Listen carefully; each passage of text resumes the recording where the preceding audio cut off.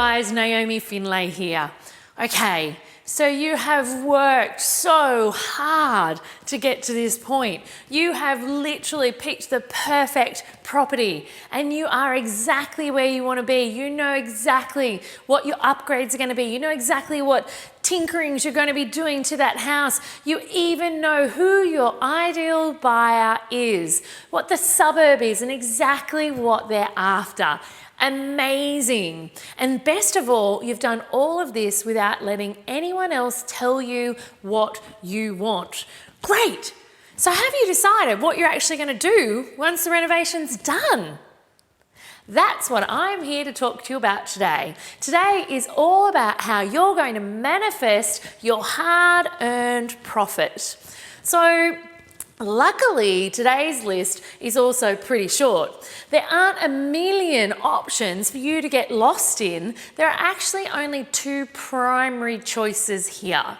But just because there's only two, it doesn't mean that you shouldn't consider each of them carefully. Why? Because remember all this talk before about finding your patch and about your personal strategy, and it's all about what works best for you. Well, it's the same principle here again. It's all about what will work best for you, your situation, and your end goals. So let's jump on in. Now, number one, sell, sell, sell. The first option is to sell. It's pretty obvious. You buy a place, you renovate it, and then you sell it as soon as humanly possible. Simple, right? Well, this is what you're probably thinking when you hear the words house flipping. If you don't flip a pancake in time, it'll burn. Same thing when you're renovating a house. If you leave it in your possession for too long without doing anything to it, those sneaky interest repayments will burn holes in your potential profits. So you sell or you flip. Boom! Profit is realized. Next project, here we come. Selling is great because it does let you see your profits almost immediately. There's no slow release, there's no drip feed involved, and that's pretty handy if you want to jump straight into your next reno. It's also nice to receive that sum in bulk. It's a great way of boosting your motivation after all of that hard work. So apart from the obvious quick release of profits, there are other benefits to selling straight away after a renovation. For one, all of your upgrades, all of your polishes will be absolutely fresh. That new oven will be shiny. Those cupboards and all that sleek, soft close hinges will be working perfectly. And the walls will have a perfect, beautiful finish, not a mark in sight. And then that way, your potential buyers will walk into the place and be like, wow, this is brand new. It is just for us, and it's exactly the reaction you want.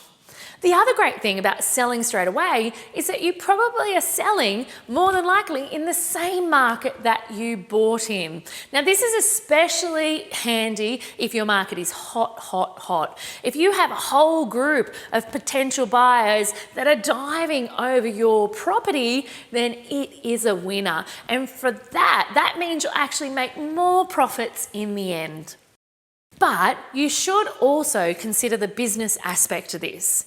The more assets you have in a business generally, the more risk that's involved. So getting rid of some of those assets will help reduce the risk and in turn reduce any stress and time of having to look after it all. Selling your renovation project will do exactly that, particularly if you're doing renovations on the side. It will help to not be burnt out by that side of business. So there are plenty of pros, right? Absolutely. But what about the downsides of immediately flipping the house or selling the house? Well, the first one of this is the money involved. Putting the house up for sale, paying agents' fees, then paying your solicitor or your conveyancer, and all of the paperwork costs money, as does giving the government your share in whatever form of personal tax you may have to contribute. The other thing that you have to keep in mind is that the market you're in at the moment isn't maybe a hot potato. Maybe all the buyers aren't fighting over it. Maybe you are better off waiting and seeing if your market moves. Interesting. All right, straight on to the second option now. Number 2, the main second option that you have if you're not looking to sell is actually to lease or rent the property.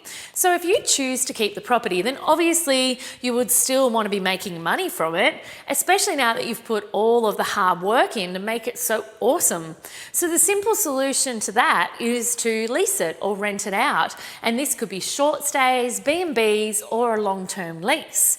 Now, one of the perks of this option is that you get a consistent stream of money coming in.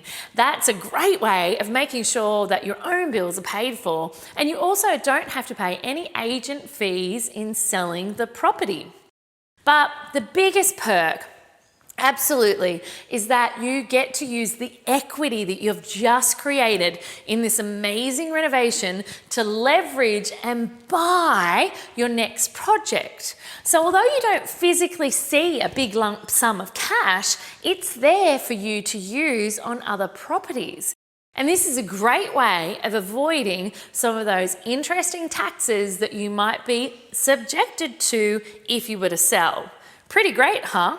So what's not great about the renting option then? Well, I think the most annoying one would be that nothing stays new forever. Eventually, depending on how long you hold the property, of course, you'll probably, have to give it some more touch-ups. That's just the nature of owning property and having it leased. Those flawless floorboards will eventually get a little bit scratched or faded, and those walls will show signs of day-to-day living, marks, dints, here and there. And that shiny state-of-the-art oven won't be shiny for long. In terms of capital though, nobody can see into the future. So it can be hard to see how long it will take for a property to grow in value if you choose to hold it even further, and when it will be worth selling. So what about rental demand? What if that drops and you have a lower rent? Are you going to have enough serviceability to cover the loan? The other thing to think about, although they aren't a big chunk like an agent selling fee, is unless you manage the property yourself, you're going to have property management fees. And it's a small part of your rental income that will disappear. I'm absolutely not recommending that you self-manage the property unless that's something that you're skilled at.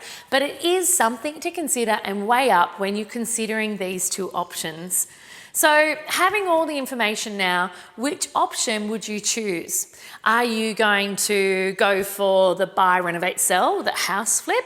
Or would you prefer to rent the project out for the time being and see what happens? You know what? It all depends on you, your lifestyle, and your version of wealth. So be armed, be informed, and make the decision going forward. Thanks for joining me. Did you know I wrote a book all about renovating to create wealth and freedom in your life? I've added the link below in the description for you. Enjoy.